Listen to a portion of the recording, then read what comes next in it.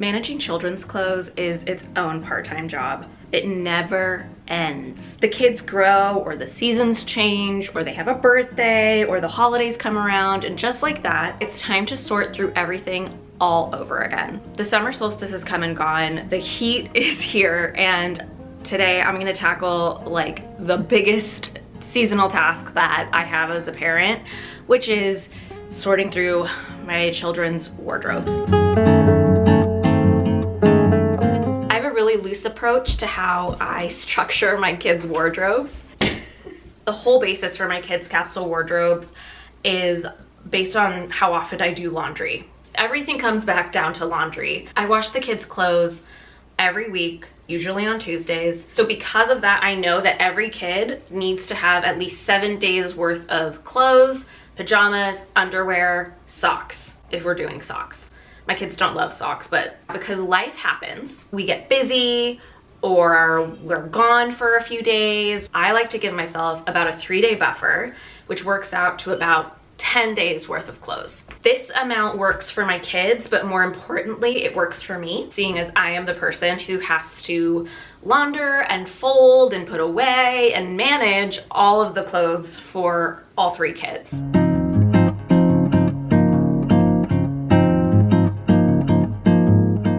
So once you have an idea of about how many days worth of clothes your child needs, you can start to sort through the clothes. There's no right way to do this. I have gone category by category, so like sorting pajamas, pants, you know, shirts, etc. And I've also opted to do child by child. This time I went child by child, so I started with my son's clothes. No matter which method I'm choosing, I always take everything out of the drawer and put it on the bed so that I can see what we've got. If you have more than you need, this is the time to start sorting the overflow into one of 3 categories. The first category is stuff that is out of season or outgrown. The outgrown part is specifically for hand-me-downs if you have either a sibling or a friend that you plan to hand clothes down to.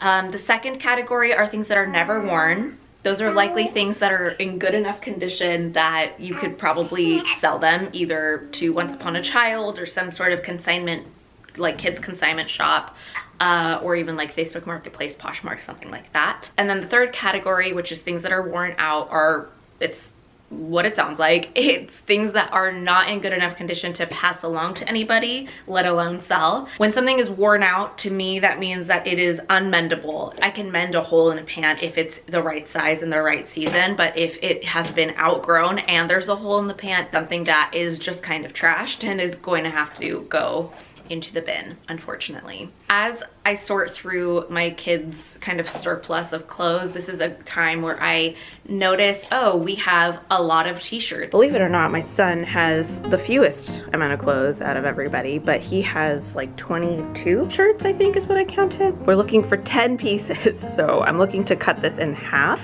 Pink shorts, 1, 2, 3, 4, 5, 6. It's too many.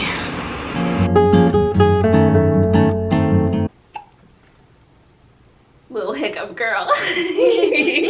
Once you're done sorting through the condition and the size and the seasonality of clothes, this is where I start to edit things down. Since I have an idea of the clothes that my kids like to wear, I take that into consideration as I start whittling down the amount of clothes that are going to end up in their wardrobe. I start to go off of the stuff that I love. So like, well, and I know Zoe loves to wear this dress. She picks it all the time. This is a hand-me-down from her sister Luna. Same with this yellow dress. So those are staying. This is not gonna fit her probably at the end of the summer. So I'm going to keep this in because this is one of my favorite things that I bought for Luna, and I love that Zoe gets to wear it too. I'm going to relish my chance of having a say as long as I can. Because I am who I am, I try to strike a balance between the colors that are represented in my children's wardrobes. Like, how does this all fit together? Very pink. That's fine. So yes, I try to pick their favorite shirts, but I also try to make sure that not everything is one color. At the very least, I try to vary the shade of a color so that, again, it feels like variety and it doesn't feel like they're a cartoon character who wears the same thing every single day. And I also try to strike a balance between sleeve and leg length of things. So for my girls, because my son doesn't wear dresses, so for my girls, I try to strike a balance between like short options and dress options there as well. But because every child is different, that means that the literal breakdown or structure of their wardrobe categories is going to fluctuate from child to child and from season to season. Kids change, their tastes change just like ours do, which is one of the reasons that I like this kind of looser approach that's based on laundry versus based on how many items in each category.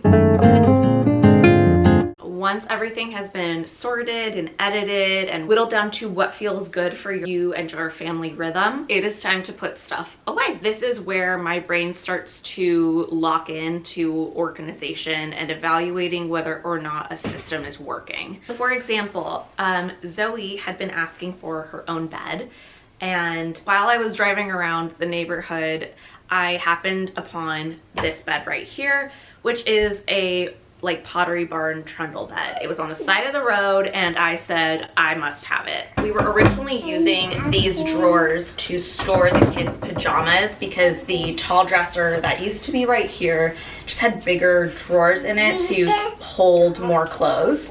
But obviously there's a bed here now, so that doesn't work. So I went to IKEA and I picked up this Rast dresser. It's $50 and it's like not the highest quality IKEA thing. It is functional. Perfect little nightstand for the kiddos, and it also means that this gets to be clothing storage versus just pajama storage. I picked up some dividers off of Amazon because while I love to fold my kids' clothes in a particular way, it's not super Marie Kondo, but it's also not Marie Kondo. My kids don't always put things away neatly. So I got some dividers, not only to help just like organize the drawer, but to help my kids do a better job putting their stuff away. So let's see if I can do this one-handed. Nope, can't. Here we go. This.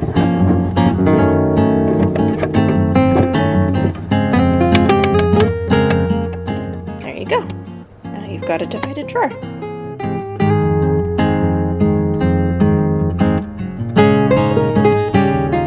Because I have 3 kids, it is time to rinse and repeat. I redo this process for each of my children, and at the end of it, I am left with a basket full of clothes that are out of season or outgrown.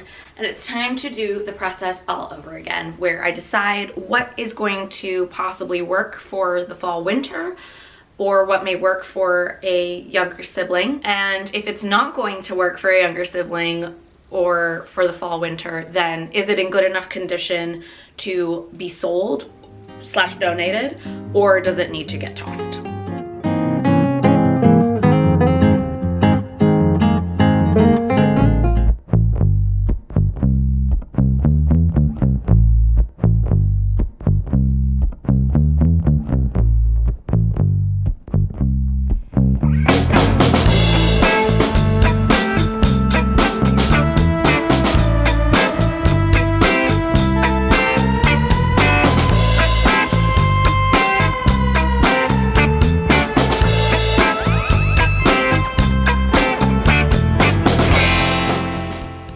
Zoe really wants to get dressed, so I'm letting her pick her clothes. What do you want to wear today?